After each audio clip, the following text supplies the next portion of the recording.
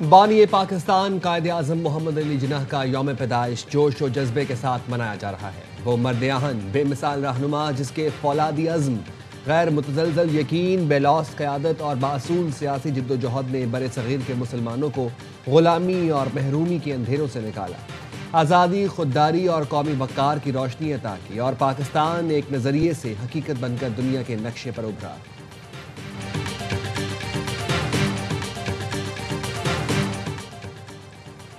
صدر اور وزیر اعظم کا بابائے قوم قائد اعظم محمد علی جناح کو یوم ولادت پر خراج عقیدت۔ قائد اعظم رحمۃ اللہ علیہ جمہوریت، انصاف اور برابری کے علم بردار تھے۔ یہ اقدار ہمارے قومی سفر کا مرکز ہے۔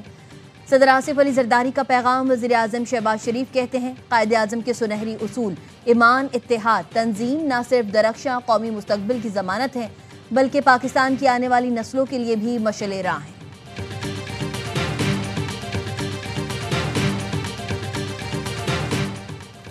قائد اعظم کی یوم پیدائش پر مسلح افواج کا بابائے قوم کو خراج عقیدت۔ آئی ایس پی آر کے مطابق مسلح افواج قائد اعظم کے مضبوط، خود مختار اور جمہوری پاکستان کے لیے کوشاں ہے۔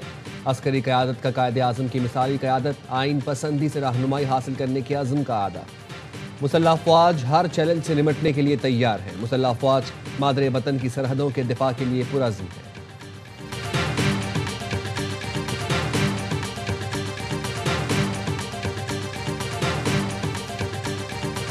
وزیر اعظم کی پیشکش پر اپوزیشن مذاکرات کے لیے تیار۔ تحریک تحفظ آئین پاکستان کا سیاسی و معاشی بحران سے نکلنے کے لیے نئے میثاق کی ضرورت پر اتفاق۔ تحریک تحفظ آئین پاکستان کا بانی پی ٹی آئی سے نئے میثاق پر دستخط کرانے کی ذمہ داری لینے کا اعلان۔ اپوزیشن الائنس کے اہم اجلاس میں فیصلہ۔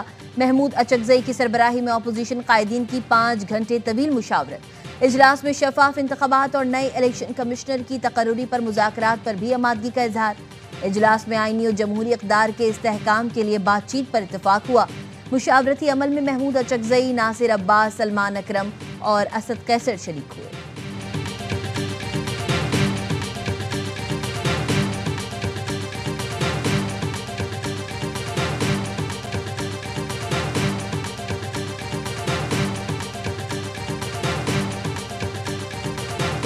فیصدی ہم بات کرنے کو تیار ہیں کہ آپ کس مذاکرات کی بات کر رہے ہیں۔ آپ کا جو میجر کمپوننٹ ہے وہ مذاکرات نہیں کرنا چاہتا۔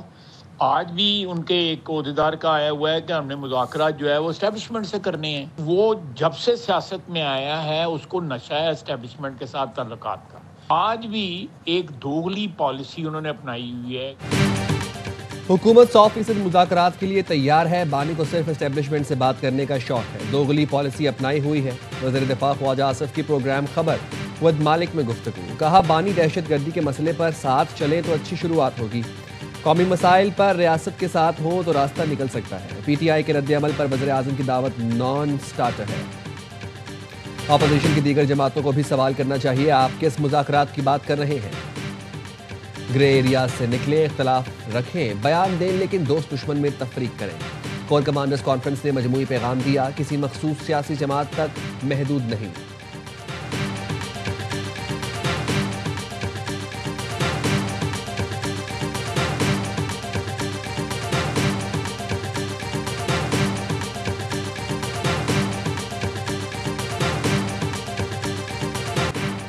بھارتی سرپرستی میں کام کرنے والے دہشت گرد اور سہولت کاروں کو نہیں چھوڑا جائے گا۔ سیاسی عناصر ہوں یا کوئی بھی، ملکی استحکام کو نقصان پہنچانے کی اجازت نہیں۔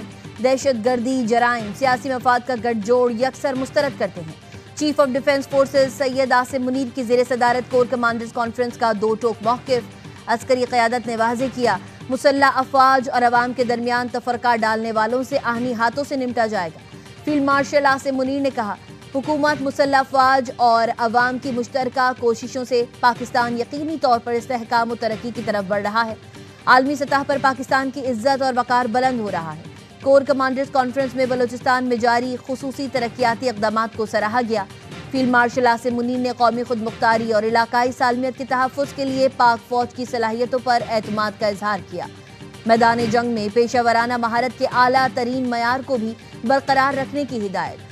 شرکا کا غزہ میں مستقل جنگ بندی، بلا روک ٹوک انسانی امداد کی رسائی اور فلسطینی ریاست کے لیے قابل اعتماد راستے کا بھی مطالبہ۔ شرکا کا حالیہ دہشت گردی کے واقعات میں جانوں کا نذرانہ پیش کرنے والوں کو خراج عقیدت۔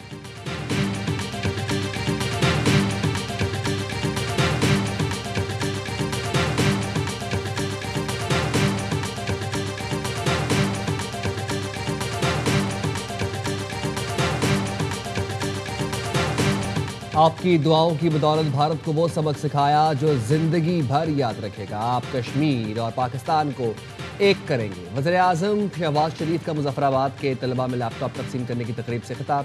کہا زنجیریں کاٹنے کا فیصلہ کر لیں تو وہ دن آئے گا جب مقبوضہ کشمیر آزاد ہوگا۔ اتحاد اور یکجہتی کے ذریعے کشمیریوں کو ان کا حق دلوائیں گے۔ مجھے تانے دیے جاتے تھے کہ لیپ ٹاپ رشوت ہے۔ اگر لیپ ٹاپ رشوت ہوتے تو کیا ڈاکٹر اور انجینئرز بنتے؟ جن کو پی آئی کی نجکاری سمجھ نہیں آ رہی ان سے کہوں گا گیٹ ویل سون۔ وفاقی وزیر اطلاعات عطا کہتے ہیں پی آئی کی تاریخی نجکاری میں وزیر اعظم اور فیلڈ مارشل کی کاوش شامل ہے۔ پی آئی کا سالانہ نقصان اب ٹیکس دہندگان کی جیب سے ادا نہیں کرنا پڑے گا۔ پی آئی کی عظمت رفتے کی بحالی کا سفر شروع ہو گیا ہے۔ پی آئی کے سالانہ نقصان کا بوجھ حکومت پر نہیں ہوگا۔ مشین نجکاری محمد علی کہتے ہیں وہ قیمت ملی جو پہلے کوئی دینے کو تیار نہیں تھا۔ پی آئی کی نجکاری سے حکومت کو 55 ارب روپے ملیں گے۔ 125 ارب ایئر لائن میں جائیں گے۔ 18 پال طیاروں میں سے 12 لیز پر ہیں۔ مستقبل میں پی آئی کے جہازوں میں اضافہ ہوگا۔ حکومت 15 سال تک ایئر لائن نہیں کھولے گی۔ نجکاری کمیشن بورڈ نے پی آئی کے لیے عارف حبیب کنسورشیم کی بولی کی منظوری کی سفارش کر دی۔ نجکاری کمیشن بورڈ کا بولی کی رقم پر اطمینان کا اظہار۔ عارف حبیب کنسورشیم کا پی آئی کے باقی 25% شیئرز بھی خریدنے کا فیصلہ۔ عارف حبیب کنسورشیم پی آئی کے 100% شیئرز خریدے گا۔ عارف حبیب کا کہنا تھا کنسورشیم پی آئی کے بقیہ 25% شیئرز 90 دن میں خرید لے گا۔ پاکستان انٹرنیشنل ایئر لائن آئندہ 90 دنوں میں 100% پرائیویٹ کمپنی ہوگی۔ فوجی فرٹیلائزر بھی عارف حبیب کنسورشیم میں شامل ہو گئی۔ عارف حبیب کنسورشیم کو بقیہ 25% شیئرز کے فروغ سے 45 ارب روپے اضافی حاصل ہوں گے۔ عارف حبیب کنسورشیم پی آئی اے کے 75% شیئرز 135 ارب روپے میں خرید چکا ہے۔ 4 سال سے شہباز شریف کی حکومت ہے، شکر ادا کرنا چاہیے، پہلی نجکاری ہو گئی۔ سابق وزیر خزانہ مفتاح اسماعیل کے پروگرام دی رپورٹرز میں گفتگو کا شہباز شریف اور اسحاق ڈار کا بس چلتا تو یہ نجکاری کبھی نہ ہوتی۔ سب کو پتا ہے کس طرح یہ نجکاری ہوئی۔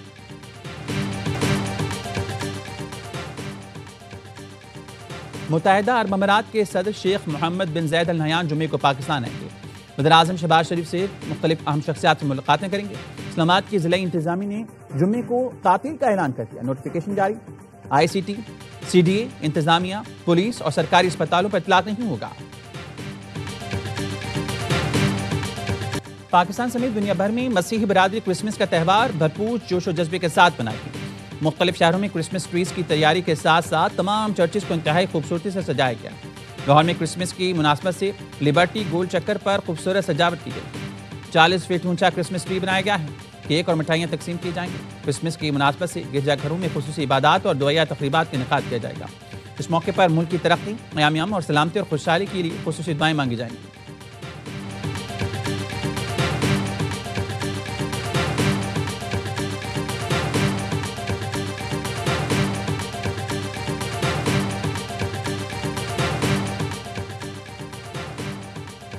ریڈ لائن کراچی کے مستقبل کے لیے ضروری منصوبہ ہے۔ منصوبے کی تاخیر لاکھوں مسافروں کو متاثر کرتی ہے۔ B R T red line کی عمل درآمد میں حائل رکاوٹیں فوری دور کی جائیں۔ وزیر اعلیٰ سندھ مراد علی شاہ کی ہدایت۔ اے ڈی بی کے تعاون سے جاری ترقیاتی منصوبوں پر اجلاس میں کہا اے ڈی بی سندھ کا اہم ترین ترقیاتی شراکت دار ہے۔ وزیر اعلیٰ نے محکمہ ٹرانسپورٹ کے بڑے منصوبوں کا بھی جائزہ لیا۔